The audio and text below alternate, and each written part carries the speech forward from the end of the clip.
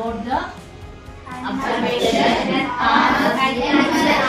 under the microscope. So when we are doing the lab activity, first we should know the aim. The question they ask that will become as your aim. Okay. In the question they will give how you can observe the animal cell in the under the microscope. That will be your aim. Materials required: microscope, metal tube, slide, cover slide, next okay, these are the materials required. Next we will go with procedure.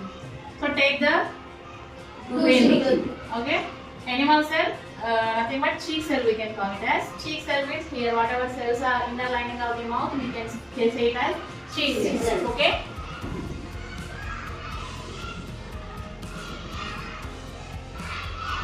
Open it and scrape whatever the saliva thing you will get now, just spread it on the slide. Okay.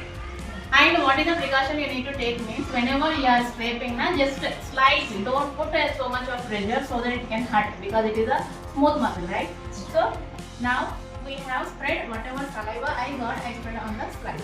Okay. Now we are adding methylene blue. Okay. 1 drop is enough. So I am trying to spread all over the slide. Now it is time for placing the cover slip. Okay. Cover slip. Take it, place it on one side. Cover. Clear? After that, just tap it. Why? Yes. We need to avoid any air bubbles are there. We need to avoid that. Okay. And when placing, what is the precaution? Air bubble should not be there. Okay. That is the thing. And why you are adding water or methylene blue to this? Without methylene blue, can we see? No. Yes, we can see, but not that much clearly. If you want to, if we add methylene blue, means it will give clear image when compared to non-stained one. If you stain with some chemical, it will be visible clear.